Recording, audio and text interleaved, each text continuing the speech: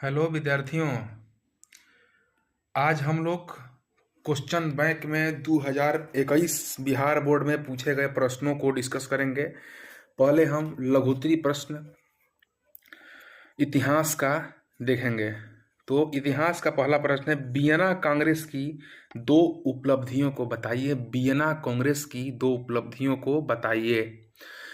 तो पहले ये समझना है कि ये वियना कांग्रेस थी क्या। तो देखिए, जब 1814 का दौर था, लगभग 1814 का ही दौर था, जब 20 से अधिक वर्षों तक यूरोप में युद्ध लड़ते लड़ते इस स्थितियों को नेपोलियन द्वारा नष्ट कर दिया गया था।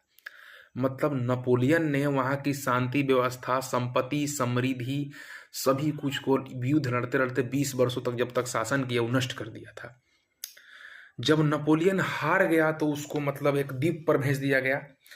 अब नेपोलियन के हारने के बाद जो जितने भी राष्ट्र जो विजयी हो चुके हैं, अब सभी विजयी राष्ट्रों ने एक सामूहिक संगठन, एक मीटिंग बुलाया, और इसी मीटिंग को ही हम वियना कांग्रेस के नाम से जानते हैं। समझ में आ गया बात।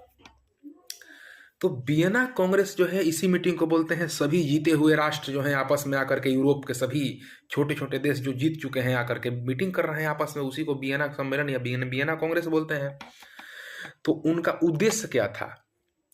तो वियना कांग्रेस का मुख्य उद्देश्य था कि वियना कांग्रेस आकर के, और जिस राज्य को नेपोलियन ने युद्ध लड़ लड़ के बर्बाद कर दिया था, जिस यूरोप को, उस यूरोप को सुधारना, उसकी आर्थिक स्थितियों को सुधारना, वहाँ राज चलाने के लिए बहुत बढ़िया बढ़िया संस्थाओं का स्थापना करना, अंतर्राष्ट्रीय संस्थाएं बनाना, उसका किस देश का कितना बढ़िया कैसा संविधान होगा ये तय करना। तो यही सब काम था उसका, वियना कांग्रेस का। तो मुख्य रूप से हम जब ये क्वेश्चन परीक्षा में लिखेंगे तो लिखने का हमारा शैली ये होना चाहिए कि वियना कांग्रेस की उपलब्धियां बताएं। तो वियना कांग्रेस की उपलब्धियां ऐसे लिखेंगे क्वेश्चन। वियना कांग्रेस की निम्नलिखित दो उपलब्धियां हैं। पहला, नई प्रादेशिक व्यवस्था या नई प्रदेश के नई क्षेत्रों का निर्माण, जो भी है कुछ भी लिख सकते हैं। नई प्रादेशिक व्यवस्था का मतलब है कि जैसे कि नेपोलियन ने 20 साल तक वहां राज किया, और वहां जैसे युद्ध लड़ लड़ के ऐसा उस देश का मानचित्र हो गया था, ऐसा उस देश का नक्शा बना दिया था वो, कि कौन सा देश का सीमा कहाँ तक है ये कहना मुश्किल था। कौन सा देश का सीमा, सब देशों को एके में मिला लिया था वो, तो कौन देश का सीमा कहाँ तक ये कहना मुश्किल था। नेपोलियन ने ये काम किया था।